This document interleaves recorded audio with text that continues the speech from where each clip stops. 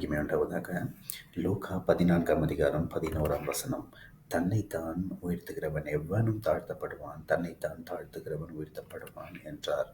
இப்போ இந்த தாழ்மைனா என்ன பிரதர் அப்படின்னா, நிறைய பேருடைய புரிதல் என்னன்னா, என்னையே நான் வெறுக்கிறது, என்னையே மோசமான ஆளாக பார்க்கறது, ஒரு ஒரு ஒரு பயங்கரமான வெறுப்போட உங்களையே நீங்கள் பார்க்கறது. இப்படி கிடையாதுங்க. தாழ்மைக்கு இன்னொரு அர்த்தம் நான் சொல்லணும்னா, ஆண்டவரை மாத்திரம் உயர்த்துறது. அது உண்மையான தாழ்மை. ஏன்னா என்னையும் மறந்து எல்லா காரியமும் எல்லா கனமும் தேவனுக்கு கொடுக்கறது. இன்னொரு விஷயத்த பார்த்தீங்கன்னா, ஆண்டவர் எதற்கு உண்மையை நீ உயர்த்தாதன்னு சொல்கிறாருன்னா, அவர் கேட்டபடி அவர் உங்களை உயர்த்துவார்.